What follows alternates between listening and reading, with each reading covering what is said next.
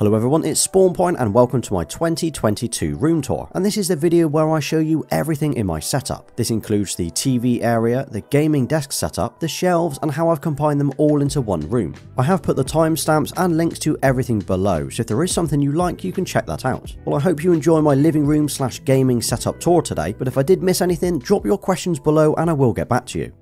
First up, let me show you the TV setup, as I feature this area quite a lot on the channel. Any TV unboxings or videos related to the PlayStation 5 or the Xbox are usually shown on here. So I'm using the 77-inch LG C1 OLED, which has been absolutely awesome and is literally the best TV that I've ever owned. The picture quality still blows me away every time that I use it, and it's perfect for movies and gaming. Now, the reason I chose the C1 over anything else wasn't just for the awesome picture quality, but for the incredible gaming modes. So the C1 actually has full HDMI 2.1 support for the PlayStation 5 and the Xbox Series X, and that includes VRR, 4K and 120Hz capability. And as I game probably 80% of my time from here, the TV needed to be decent enough for it. I often get asked how far do I sit from the TV. Well, I sit around 10 feet from the screen, which is probably the closest you'd ever want to be from a 77-inch. It definitely feels immersive when watching movies or playing games, but it is awesome as well.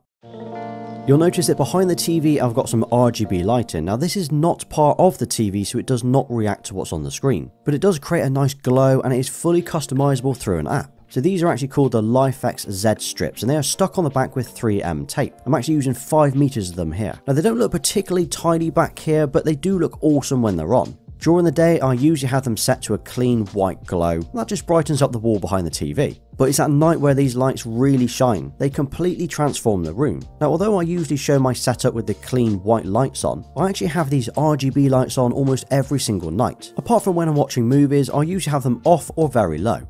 So I've wall mounted my TV on an arm from Envision. I've had this arm for about 5 years now, and I've used it on about 5 different TVs. It can actually hold up to 40 kilos, and as it swivels and moves, it means I can pull the TV right out to get to the plugs or the ports. And talking about the plugs, I actually had these wall sockets put in back in 2019 when I redesigned the room. So I don't know how long you've been following me for, but I used to have the TV in the corner of the room just over here. Then a few years ago, I decided to knock out the chimney part of the wall and move the entire setup over. While I was at it, I had some plugs fitted and some trunking put inside the wall for my cable management. So this cable management hole in the wall is how I hide all of the cables that go from the TV down to the cabinet. A lot ask me how I have no cables on show. Well, this is how I do it. It keeps the setup looking tidy, as you can't see any wires at all. And as I put the trunking in the wall, I can easily swap the cables out when I need to.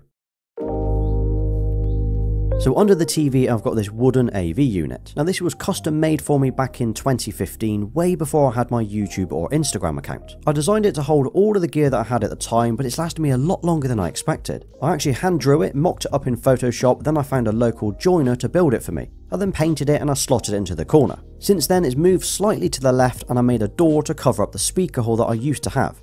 Now, this unit is stupidly heavy and it's solid as well. I can stand on it and it won't flex, and I've even had 86-inch TVs on here without issue. In this little shelf, I've got some wooden PlayStation icons. Now, these were custom made by Geek Made Designs, a company that makes loads of different gaming accessories out of wood. They do now sell these on their website too if you wanted to check them out. Next to that, there's my center channel, and this is a monitor audio bronze speaker, and it's part of a 5.1 kit. This speaker is essentially where the dialogue or the voices come from while you're watching TV. Then finally, you've got the PlayStation 5, and this is the disc version complete with the official midnight black plates. I definitely play this more than anything else I have in my setup, and it looks awesome on the LG C1. But I also use the PlayStation 5 over on my desk setup, so I will talk more about the PS5 later once we move over to that. Now let me show you what I'm hiding inside the unit.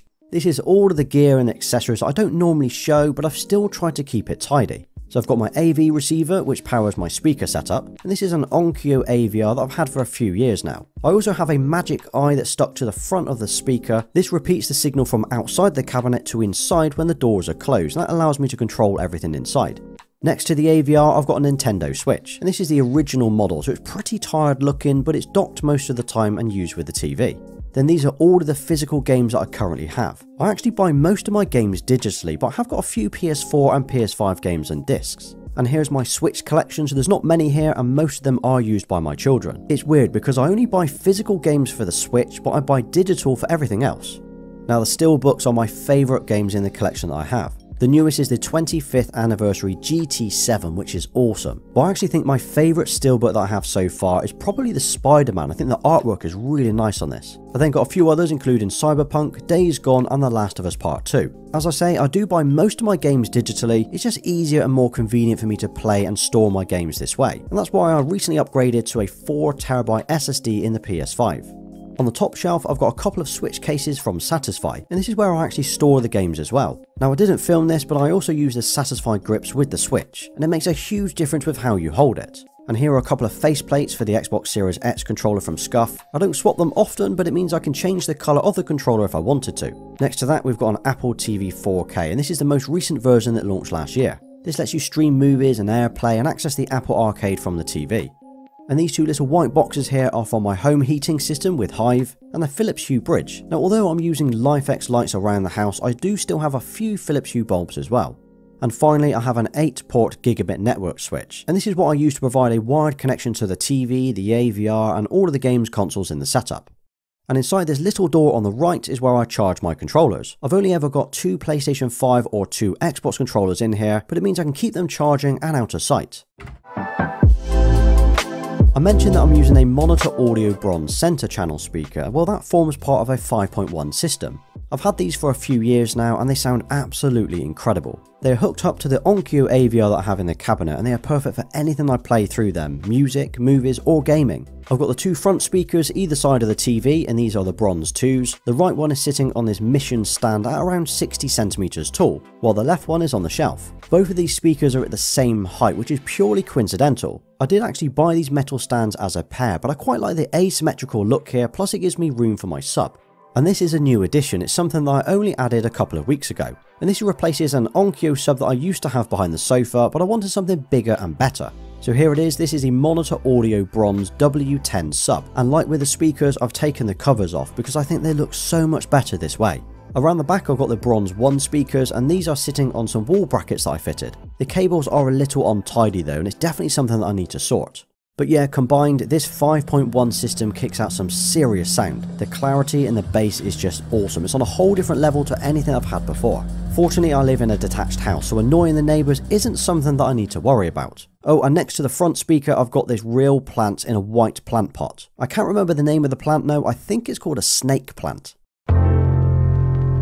Looking at the consoles I'm currently using with my setup, I've got the Xbox Series X here, which is used most of the time for games like Forza. Anything that I can get on Game Pass, I will play on this console. A lot of you ask me, how is the Xbox even connected to the TV? Well, I have an HDMI cable that goes from the Xbox, under the carpet, up and through the wall and into the back of the TV. I could have put the Xbox in the cabinet, but I like the look of it on the shelf.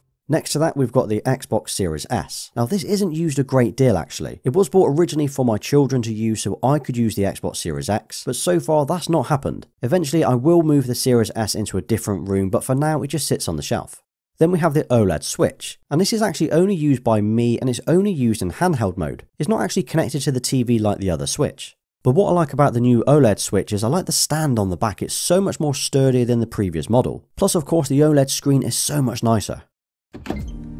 So I'm going to come back to the shelving unit in a couple of minutes, but let's take a look at the desk setup next. Now this setup was actually only going to be for a few weeks, it was just something I wanted to build, test out and then I would pack it away again. Well that was over 5 months ago now and it's been used a lot more than I ever expected it would be.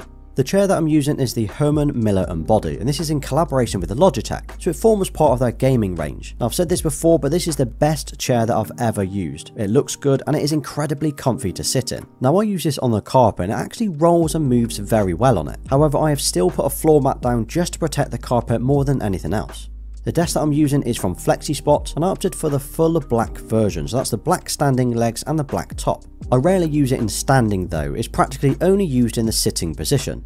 On the top there's the 27-inch LG GP950 monitor, and this is I think LG's fastest gaming monitor right now, or at least it was when I ordered it last year. But it's not far off the same spec as the TV that I've got in terms of the response time and the gaming modes.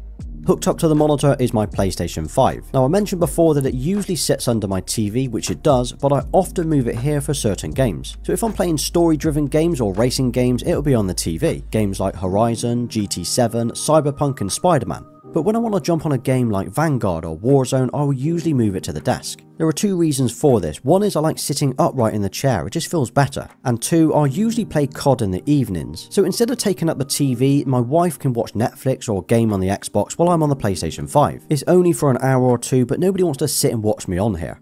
Moving the PS5 only takes me a couple of minutes, as I actually have two sets of cables. I simply unplug it from one setup and move it over to the other. I don't need to move the cables as well. You'll notice that I'm using the midnight black plates from PlayStation, and I've added a matte black wrap in the middle covering up the glossy panel. Next to that, there's a wooden controller stand from Geek Made Designs. I prefer this stand over the other one I've got on my shelves, as I prefer the way that it sits upright. On the other side, there's a pair of SteelSeries Arctis 7Ps. And these are currently my favourite headset for the PS5, and these are sitting on a wooden headset stand from Grovemade. I love the style of this, and if you're interested in it, I actually have a 10% off code in the description. Now, although I don't use a keyboard or mouse on here, I still have a felt desk pad on the top. I think it breaks up the solid black top. This again is from Grovemade, and it is super soft. Plus it's great for putting my drinks or snacks on while I'm gaming. Finally, the cable management. I tried to keep as many cables out of sight as possible. Most of the cables are stuck underneath the desk using either 3M tape or these little black plastic clips. Cable management is one of the cheapest and easiest things you can do to completely transform your setup. I will literally spend hours doing this on any setup that I build.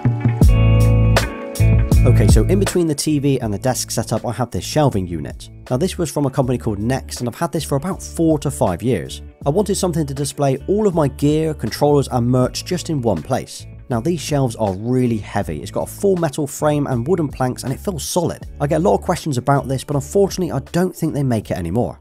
On the top shelf, I've got a few of my headsets. There's the PlayStation 5's Pulse 3Ds in midnight black. Then we've got the Xbox wireless headset and the Apple AirPods Max. Over here, I've got the Last of Us Part 2 Ellie statue, and I actually bought the collector's edition just for this statue. The detail is incredible. Next to that, I've got a PlayStation glass, which often moves around my room. In the corner of this shelf, I've got a Google speaker, and I use this for voice commands like turning the lights on and off. But this is the shelf where I keep all of my controllers on show. Most of the time they are just sat here, unless of course they are charging in the cabinet. And as you can see, I've got all of the PlayStation 5 colours so far, and I've got a few of the Xbox controllers as well. I would say my favourite Xbox controller right now is the 20th anniversary, which launched a few months ago. I've got another stand from Geek Made Designs, and I love the way it displays the controller. But I'd say my favourite PS5 controller, the DualSense, has got to be the purple. It's definitely the best colour that we've had so far. I think I actually prefer it to the midnight black. And if you've not seen this controller before, this is the 20th anniversary PS4 controller. I actually sold most of my old controllers off, but I still kept this one along with the limited edition console. But that 500 million edition console will not be sold. It's currently boxed up and it's in my loft.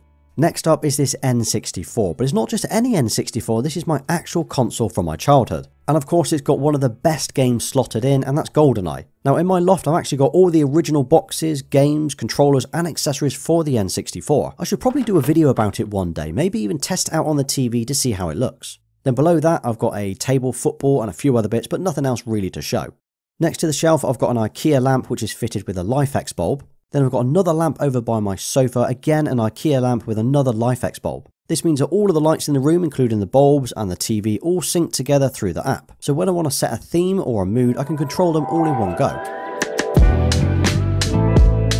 And quickly moving back to the TV area, this is the sofa that I'm using. So it's from Next, which I ordered it around the time that I did my last TV setup tour in Feb 21. It then came about 3 months later. I opted for this dark fabric with a dark wooden feet. It's pretty plain, but it's comfy and it actually looks quite nice and minimal. It's very big though, it's actually a 4-seater and it will easily fit all 4 of us on when we're watching a movie. Next to that I've got this armchair, and this is called the Sherlock. It used to be over by the shelves, but I obviously had to move it once I built that desk. It's either used by myself or my cat, but mostly my cat.